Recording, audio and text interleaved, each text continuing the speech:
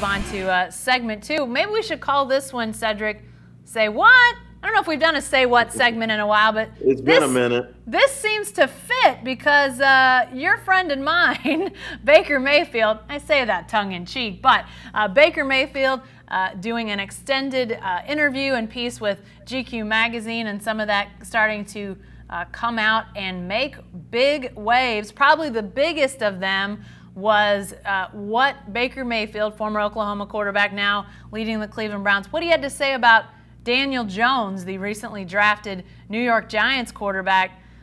I don't know if Baker Mayfield's not making any friends in the New York City area. It's going to be tough sledding whenever he has to go to New York, to the New York area to play. He did not speak kindly about Daniel Jones or about the Giants. The question is, why is Baker talking about other quarterbacks? What are you doing? Why are you Baker? picking on Daniel Jones? Why do you care when Daniel Jones was drafted? What if Daniel Jones said you were undersized and shouldn't have been drafted #1 overall? Daniel Jones not speaking on you. Why are you speaking on Daniel Jones? Baker doesn't have a filter. And I think to be an NFL quarterback, eventually you're going to have to figure out that whatever you say is going to be magnetized 1,000 times exponentially. People hinge on every word you say. And so as the face of a franchise, and the Cleveland Browns are trying to come up out of the doldrums and get after teams like Pittsburgh and Baltimore and Cincinnati in the AFC North. If you want to get after those teams, don't give people ammunition to come after your knees on a blitz. I don't even know if they play the Giants this year, but I guarantee you they're going to play them sometime during Baker's career.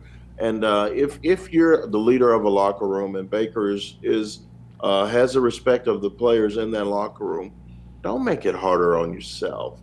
I know that he was being candid and answering questions honestly, but you got to be smarter about what you say in a national publication. Daniel Jones surprised a lot of us by being drafted. I think it was 5th overall by the New York Giants. But let Daniel live. Let Daniel get his money. We don't need to know what Baker Mayfield thinks about a colleague. You never heard Peyton Manning ripping into Tom Brady. You don't hear Drew Brees ripping into Romo or anything, or Kirk Cousins or anybody like that. There's a fraternity. Those quarterbacks have a fraternity. And that fraternity is a one of respect because, number one, those guys don't have to play against one another. They'll never have to tackle one another. So it's the highest paid position. It's the most profitable position, the most lucrative position in the NFL. And with it comes a certain set of responsibilities. And I think Baker needs to be a little bit more responsible. You know, I think about it from Daniel Jones's perspective. He woke up, what was that, Monday morning, and, he's just going about his business, and all of a sudden he finds himself in the middle of a firestorm involving a guy that, maybe he's met Baker Mayfield, but Who knows? Who knows? It had to have been sort of a, Twilight Zone moment for Daniel Jones to find himself in the middle of this. But, it's also interesting the fact that, Baker Mayfield's been a guy who's really made a career out of being, expected not to be able to do X, Y, Z. He wasn't supposed to be able to become the starter at Texas Tech as a walk-on. He wasn't supposed to be able to transfer to Oklahoma and become a starter. He wasn't supposed to be a Heisman Trophy winner, a first-round pick in the draft. And yet he's basically lambasting, a guy that is trying to do what people don't think he can do. So there are ways that he could have made his point talking about, because I think he did have an interesting point, the whole notion that sometimes these NFL teams do get a little too caught up in things that, the minutia of a guy, his height, or, measurables. The measurables, exactly, Cedric. So I think he had a point in some of that, but at the same time, you don't have to bring up a guy. You don't have to throw a single individual player or franchise, a franchise that may well, be providing your paycheck one day. You don't have to take that step and cause that problem. You can make that point without calling somebody out. So, again, I think it's sort of, we've talked about Baker before too, Cedric, because, I know that the Browns are ecstatic about the potential of him, the excitement this season. But don't you think somewhere in their heart of hearts they're thinking, man, could we have the good stuff and leave this behind? Isn't there a point that they have to sort of be asking Baker Mayfield to tone it down a little bit? You know they have. I mean, why wouldn't they? You've given this guy a lot of money. You've entrusted him with being the face of your franchise. You know the past. You've heard about the stories of him getting into the Kansas fans and planting the flag in Columbus, and then coming out and saying the Sooners, the SIDs made me apologize. Those are the kind of things that give you pause and make you want to second guess your decision.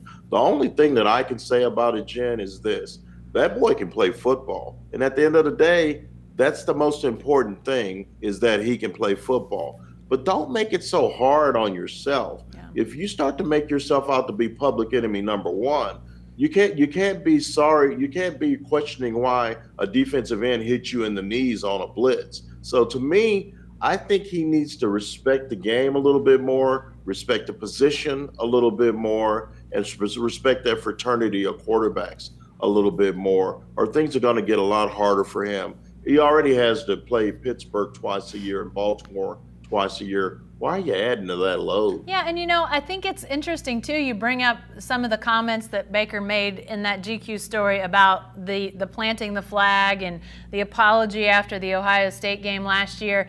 And people that were very supportive of him, he didn't necessarily name them, but when he's talking about leaders at OU, that would be Lincoln Riley, that would be athletic director Joe Castiglione, potentially university president at the time, David Bourne, men that were supportive of him, Lincoln Riley naming him the starter when he was the offensive coordinator. There were other instances, the arrest in the offseason, that they very much stood beside him in some instances. And after the flag planting happened, you had the whole incident at Kansas, and they also stood by him then. And here Baker is coming out and saying, he was embarrassed for them to tell me to apologize. He issued that apology apparently to Daniel Jones, but for people that have been some of his biggest supporters, he's not exactly, being that friendly with them either. It just, again, I think that you're right, Cedric. If you're going to, if you're gonna make enemies with your, conference rival, okay, I guess. But when you can't even make nice with people that are good to you, I don't know if I quite understand what's happening there. He's a complex cat. He's painting himself into a corner. What's going to happen, Jen, is in 2 or 3 years, with a couple of Pro Bowls under his belt, because these older quarterbacks can't play forever. Brady and Rivers and Big Ben, those guys can't play forever. And Baker and Dak Prescott, who, by the way, is the epitome of what you want representing your organization, just a sharp dude who's classy and never puts his foot in his mouth. But those are the guys that are going to be leading this next crew of quarterbacks: Sam Darnold, Josh Rosen, all of those guys. So Baker is right there at the head of that class, but he's going to have to learn that it's not always all about ability. It's also how you conduct yourself in front of the media, in front of the fans, in organizational activities, all of that. The camera's always on you. You're not just representing the Mayfield family anymore. You're representing the Cleveland Browns. That's a big deal.